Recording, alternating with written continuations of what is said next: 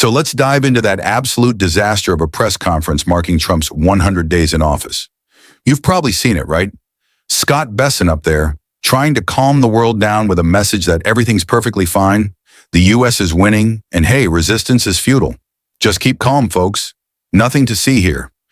I learned to ignore the survey data and look at the actual data, and the actual data has been quite good.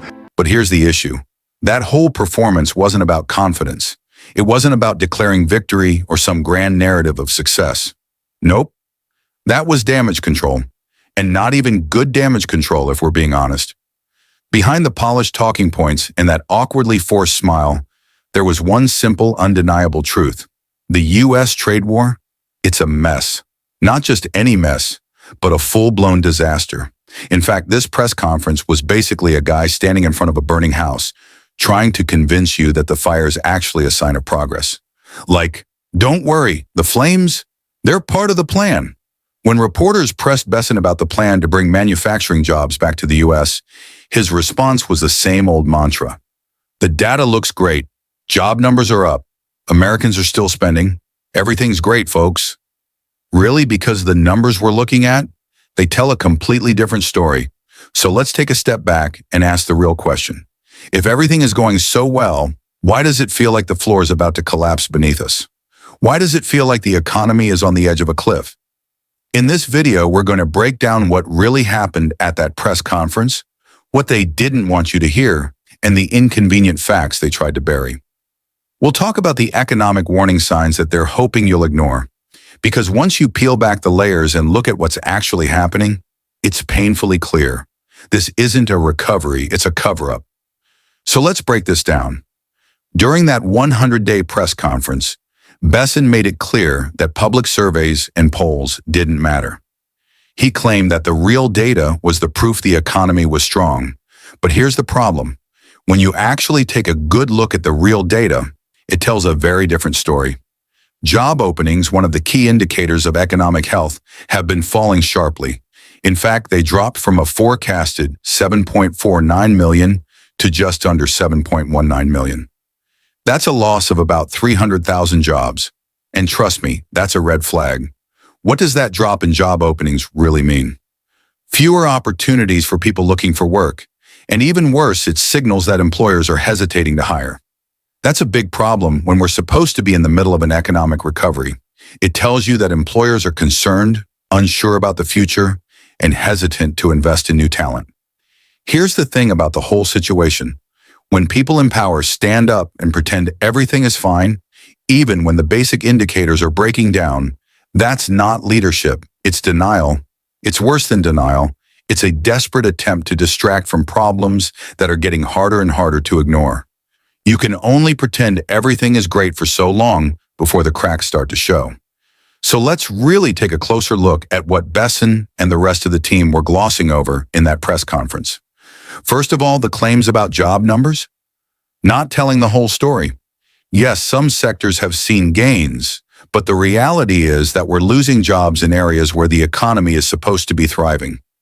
Manufacturing, still struggling, and the numbers aren't looking as rosy as they want you to believe. Then there's the issue with wages. The whole everyone's doing great narrative falls apart when you look at the wage stagnation that's been ongoing for years. Even if job numbers are technically up, if people are stuck in low-wage, part-time jobs without benefits, that's not exactly a sign of a healthy economy. It's a broken system where the rich keep getting richer and the middle class keeps getting squeezed. Another key issue they glossed over was the trade war. Now, let's be clear. They love to paint the trade war as this big win for America, right? We're standing up to China. We're bringing jobs back. But here's the reality check. Those tariffs and trade policies have hurt businesses, not helped them. Farmers, manufacturers, and countless others have faced massive losses because of these trade tensions. And the idea that everything is fine when American businesses are being crushed by tariffs, that's a tough pill to swallow. But it's not just about the immediate effects. It's about what's coming down the pipeline. The trade war hasn't even reached its full potential impact yet. In the long run, this could have a serious ripple effect on the economy, and we're already seeing signs of slowdown. If the economy really was booming, Why would we be facing such uncertainty? So let's talk about the bigger picture here. Bessant and the rest of the administration tried to convince everyone that this was all part of a grand strategy. They wanted us to believe that all these bumps in the road were just temporary, that we were on the right track, and the economy was about to explode in a good way. But the reality is that they're using all these polished speeches and press conferences to distract from a deeper, more fundamental problem. The economy is not in recovery, it's in crisis. At the end of the day, this press conference wasn't a declaration of victory. It was a panic button. They were trying to sell us a story that just doesn't add up. The numbers don't lie, and if we're being honest, we've got a long way to go before we can say we're truly winning. So as you watch the next round of press conferences and spin from the administration, don't buy the smooth talk. Look at the data, the real facts, and ask yourself, does this all add up?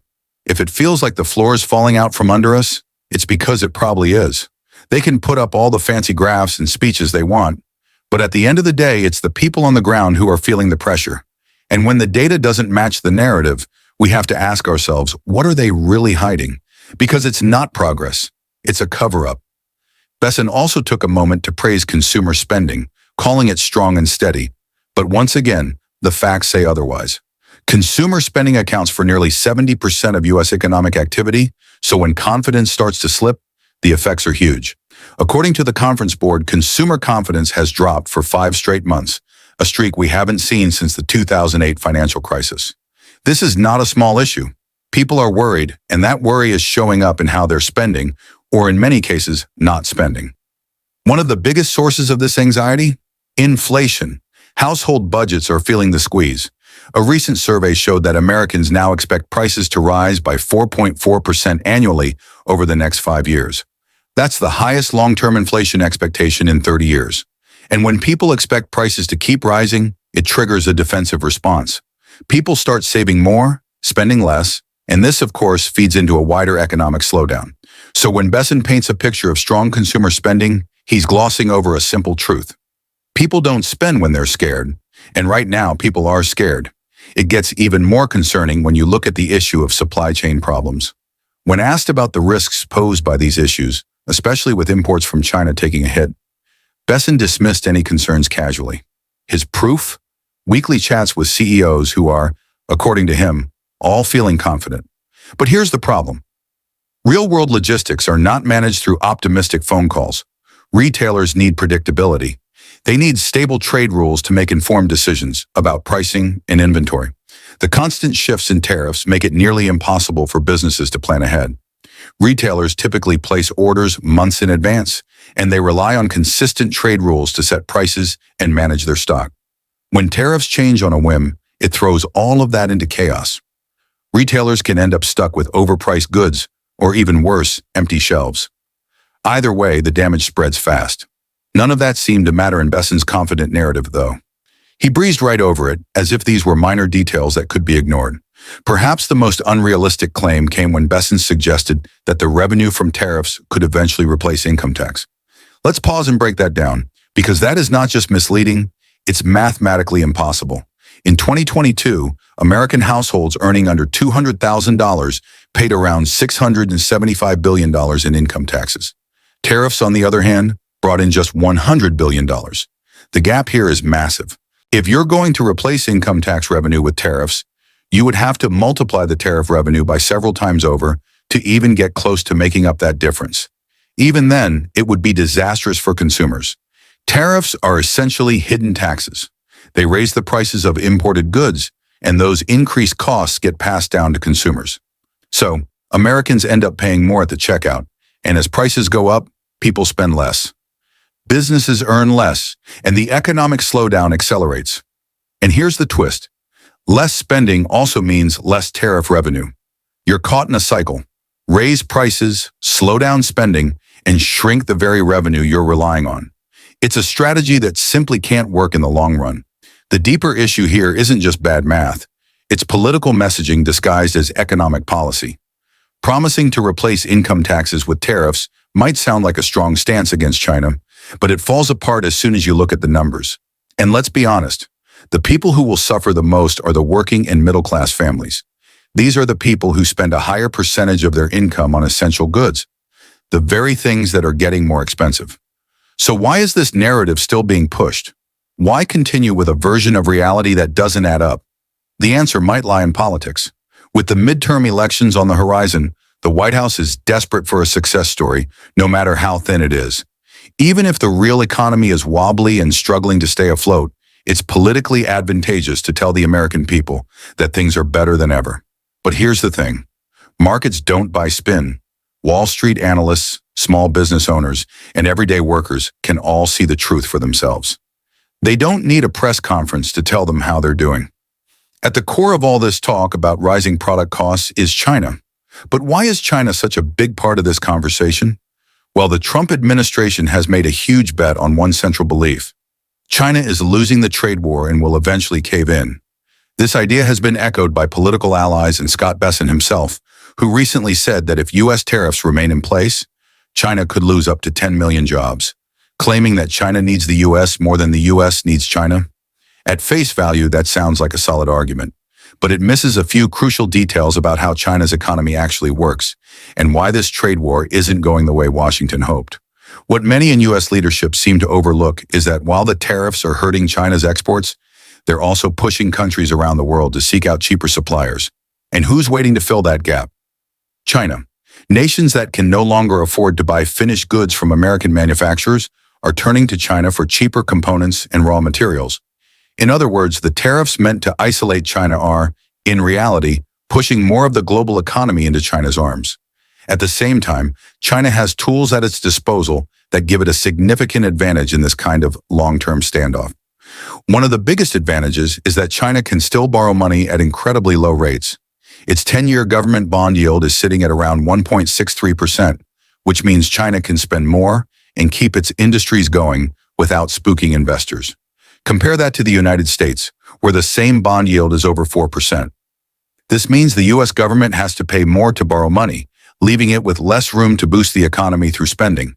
This matters because it highlights how much easier it is for China to support its exporters and protect jobs.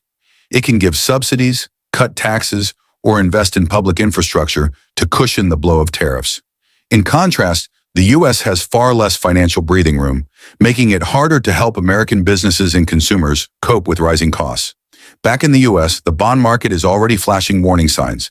The gap between short and long-term interest rates, known as the yield spread, is widening, nearing a full percentage point. This is usually an indicator that markets expect trouble ahead. In conclusion, the claims coming from Bessant and other government officials are far from the full story.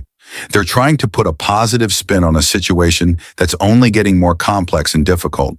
As the data and economic indicators continue to reveal the truth, it's clear that the trade war and economic policies aren't playing out the way the White House would like to present them.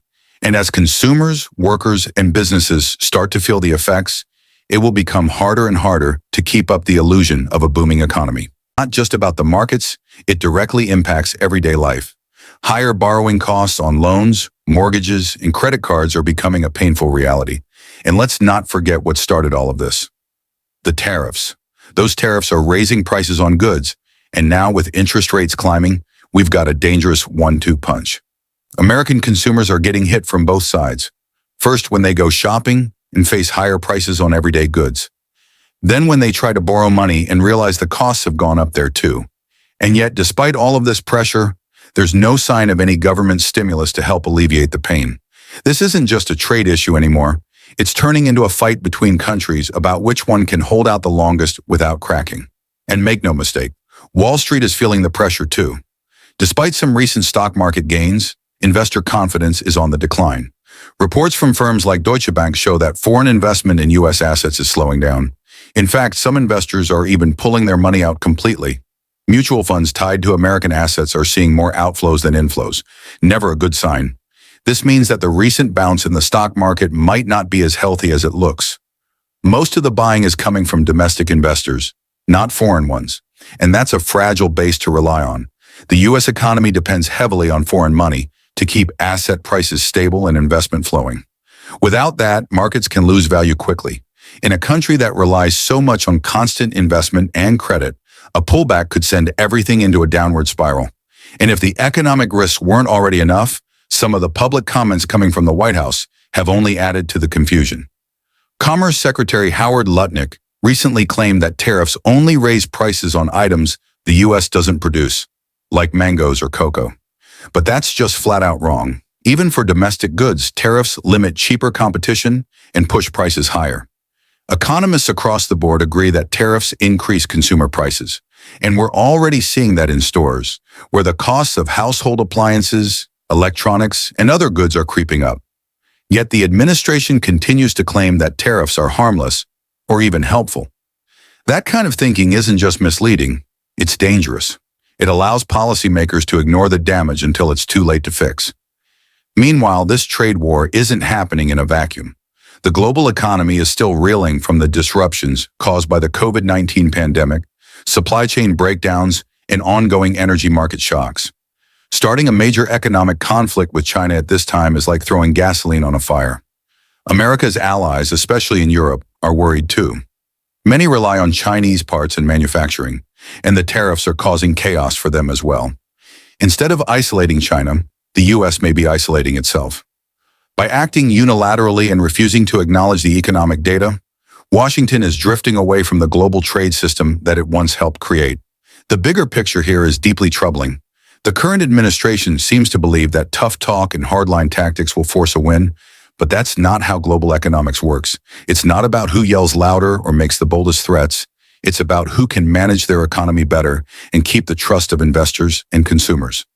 Right now, China, despite its many challenges, is proving more flexible and strategic. It's finding new markets, keeping credit costs low, and taking steps to limit the damage from the trade war. Meanwhile, the U.S. is watching its consumers get squeezed, its bond market wobble, and foreign capital quietly slip away, all while leadership clings to a narrative that no longer matches reality. It's not too late to change course, but if the administration keeps pushing this trade war with no clear exit strategy, it could find itself facing an economic crisis of its own making. So here's the question that no one in power seems ready to answer. How much longer can this go on before American consumers, global investors, and the world at large finally say, enough is enough? Spin can only go so far. Eventually, reality catches up. If you found this breakdown valuable, don't forget to like the video, subscribe, and share your thoughts in the comments. The more people understand what's really happening behind the headlines, the harder it becomes for those in power to keep hiding the truth. A huge thank you to the Headline Unfiltered family.